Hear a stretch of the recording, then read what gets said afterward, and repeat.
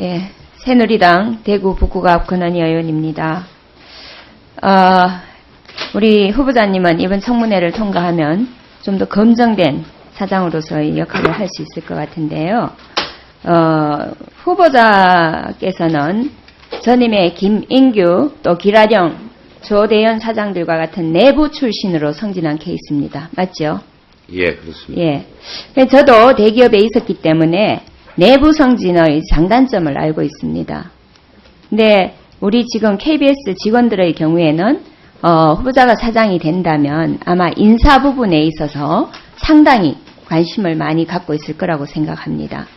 내부 성진자가 이 사장이 되면은 편중된 인사, 자기 사람 심기 이런 것들이 일어날 수 있다고 보는데요. 여기에 대해서 후보자님의 생각은 어떤 입장입니까? 저도 그 KBS에 근무하면서 인사권자가 돼 본 적도 있습니다.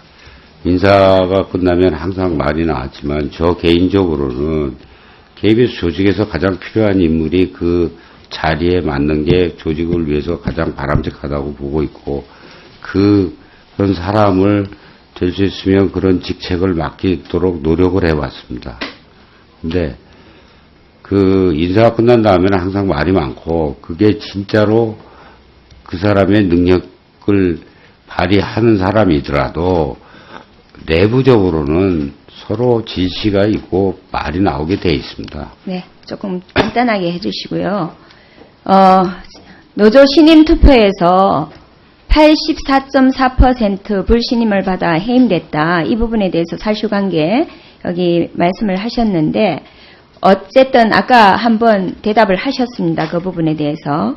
어쨌든 지금 이 퍼센테이지는 많은 사람들이 후보자를 불신임했다. 그 전반적인 흐름에서는 그게 맞는 것 같습니다. 그런데요, 그러면은 이런 상황에서 소통이 좀 부족하지 않았나 이런 생각이 듭니다. 그래서 지금 앞으로 이제 내부에 인사도 해야 되고 혁신 및 구조 조정에 대한 어떤 그것도 해야 되지 않습니까? 그런 어떤 결단력 이런 것들이 또 필요할 것 같은데 그런 것과 이 소통 문제가 충돌할 때는 회사가 더 어려움에 빠진다.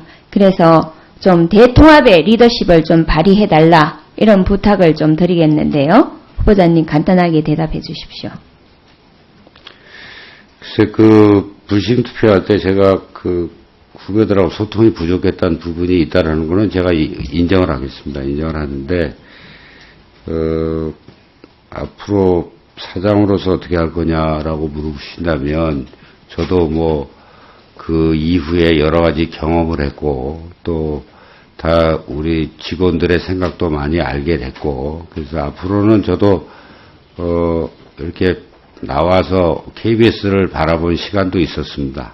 그래서 앞으로는 들어가게 되면 만일에 제가 사장이 된다면 앞으로는 우리 구성원들하고 보다 많은 소통을 하려고 지금 생각하고 있습니다. 네, 꼭 그렇게 실천해 주시기 바랍니다.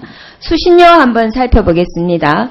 KBS 수신료는 17대 2007년 또 18대 2010년 19대 2013년에 수신료 인상에 대한 시도가 있었습니다. 그런데 이 수신료 인상에 대한 시도를 보면 그 패턴이 똑같습니다.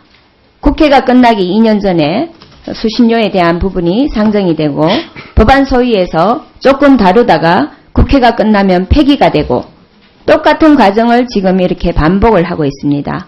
그리고 또 법안 소위나 이런 상임위에서는 구조 조정을 요구하고 내부의 혁신을 요구하고 있습니다. 그러면 후보자는 다음번에도 후보자가 이 수신료 인상에 대해서 요구를 할 거 아닙니까? 이럴 때 사전에 지금과 같은 어떤 행태를 가지고는 똑같은 반복이 이루어질 뿐이다. 다른 어떤 구상을 가져야 될 것 같은데요. 여기에 대한 구상이 있으십니까?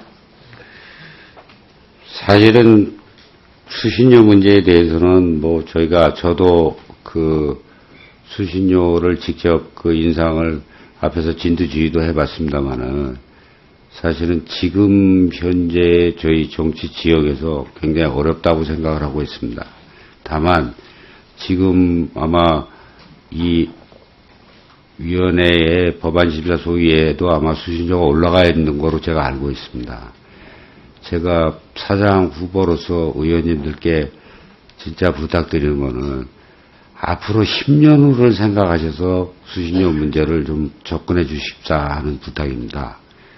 앞으로 10년 후에 대한민국 미디어 세계뿐만 아니라 아마 전 세계 미디어 산업이 지금과는 확연히 다를 겁니다. 그때 과연 우리한테 공영방송이 필요한 거냐 안 거냐 하는 부분을 좀 감안을 하셔서 수신료 문제를 접근해 주시면 저는 해결 방법이 나온다고 봅니다. 네, 그 부분은 우리 국회에서도 물론 고민을 해야 되겠지만 당사자인 KBS 내부에서 앞으로 이 방송, 미디어, 통신 쪽의 미래가 어떤 방향으로 갈 것인가 오늘 질의도 있었습니다. 그런 부분을 감안을 해서 그 조직과 모든 구조와 또 앞으로 대비를 해서 이런 수신료에 대한 입장도 내놔야 할 것입니다. 그 다음에 그 재난방송, 민방위 경보방송 실시 주관기관으로 되어 있지 않습니까? 예, 재난이 일어나면은 재난방송을 하셔야죠. 예, 그렇습니다. 근데 요즘은 물리적인 재난뿐만 아니라 사이버 재난이 상당히 큽니다. 이미 2013년 3월 20일 KBS 사이버 테러로 문제가 된 적이 있죠. 예, 기억나십니까? 예. 예. 그런데 다른 데는 빨리 검은기관은 빨리 회복을 했습니다만은 KBS는 사태 발생 15시간 만에야 내부 그 전산 인력하고 외부 보안업체하고 해가지고 겨우 업무용 네트워크를 복구하는 데 거쳤습니다. 지금 정보보안 예산도 엄청나게 적은 편이고요. 이런데 그 국가 기관 방송사로 이 방송사인 KBS 기반 시설로 지정이 돼야 된다고 저는 그 사이에 지적을 했는데 이 부분에 대해서 사장님이 되시면 꼭 살펴봐 주시겠습니까? 예, 살펴보겠습니다. 네, 꼭 살펴봐 주십시오. 그 다음에 한 가지 또 묻겠습니다. TK 물갈이설 들어보셨습니까? 예, 언론 통해 접했습니다. 네. 여기에 대해서 어떻게 생각하십니까? 요즘에 중소기업의 CEO가 돼가지고 사실 정치 상황에 별로 그렇게 관심이 제가 어떻게 생각하느냐 하는 거는 이 뉴스에 대한 것을 묻는 겁니다. 필요한 경우에는 당사자에게 아까 얘기하셨지 않습니까? 공정성, 공익성, 객관성을 기본으로 하겠다. 여기에 기본이 되지 않는 것은 보도를 하지 않는 게 맞다고 생각하고 확인되지 않는 보도는 하지 않으시겠습니까? 확인되지 않은 보도는 하면 안 되죠. 그렇죠? 알았습니다. 고맙습니다. 네, 수고하셨습니다. 다음은 우상호 의원님 질의하시겠습니다.